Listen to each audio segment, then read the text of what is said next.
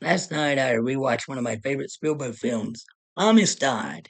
It is a historical drama film about the Spanish slave ship La Amistad that was taken over by the captured African slaves when they revolted. They were led by Cinque, played by Jimon Hunter, in his film breakout role.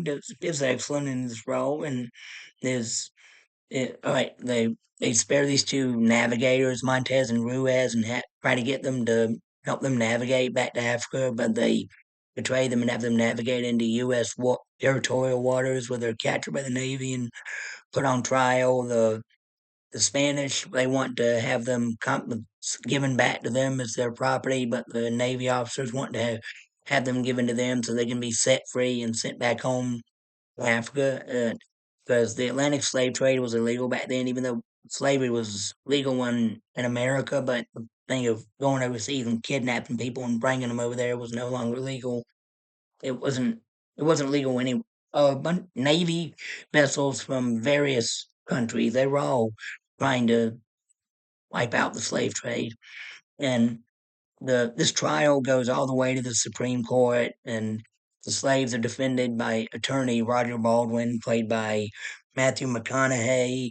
He does good in the role, and one of Baldwin's buddies, Theodore Judson. He's played by Morgan Freeman. He's a fictional character, but he is based on a real life slave named James Fortin. Well, he wasn't a slave. Fortin wasn't a slave. Well, in the movie Judson, he's a former slave who's now an abolitionist, but I think 410 was an abolitionist all his life, always free.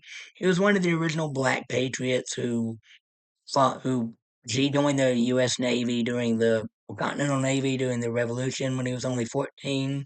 His ship was captured by the British. The British captain liked him, offered him a chance to join his crew, but he refused to betray the country he was fighting for. And after the war, he lived a nice life, and then during the War of 1812, he rejoined this black regiment and fought hard against the British in that war too. Now, I don't know why there's never been a movie about him. Why they didn't just use him as a character in this movie? That would have been nice. Oh well. Um. Anyway. The Baldwin and Judson, they try to enlist the help of former President John Quincy Adams, played by Anthony Hopkins, and Hopkins does pretty well in this movie.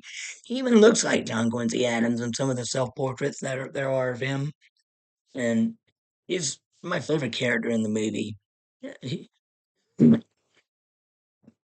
and the arguments he makes during his closing statement at the end of the trial are are like excerpts from several speeches he made during during the trial over the 7 day period of when he was involved in it, and and there's just themes of equality and freedom, and there's beautiful music score by John Williams, who always does good when he works with Spielberg or any movie he does a score from. His score has never failed to impress me.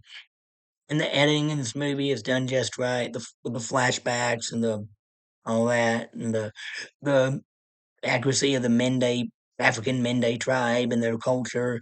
Spielberg had a professor act as a consultant to give him more info about the culture and the languages and accent of the Mende people, and they the Mende thing was done just right, and the extras who played the other Amistad slaves, they were from Africa too, I think. Um, yeah, and see, Spielberg said in the making of documentary that some of them didn't know what a film camera was. So I guess they live in certain parts that don't have technology, but whatever. The the acting in this movie from everyone is handled well. The accuracy is handled greatly. Of course, there's a few inaccuracies, but not enough to make history buff like me mad. For example, President Martin Van Buren, he's campaigning for president during a time when presidents didn't do campaign tours. I really love the scene where uh, you think he holds up his shackled hands in the middle of the trial and shouts, "Give us free!" over and over again. Such a powerful scene. And Pete Postlewaite does a good job as the lawyer who represents the Spaniards. And, and all in all, this is an excellent movie. And it It did not get a Best Picture nomination. Anthony Hopkins got Best Supporting Actor, and it got a few other nominations, but not Best Picture, because the following year at the Oscars, Titanic, that was also released in '97, it won the Oscar for Best Picture. It was nominated, and it won. But why wasn't Amistad nominated? I mean, if Amistad was nominated and it beat Titanic, I would have been happy about it. Even though I wasn't into the Oscars back then, but later in life when I learned, I would have been happy. And I love both movies, and but I Amistad is far more emotional because it tells more of a great, wonderful historical film with a wonderful true story with a happy ending, while Titanic is based on a true story but has a sad ending. And the main characters in this movie, except for Freeman's character, are real, while the main characters in Titanic are fictional. But I don't know. It's a great film. I give it 2 thumbs up. All right, that's my review. If you like it, please hit the like button, subscribe for more. Thank you, and God bless you. Bye.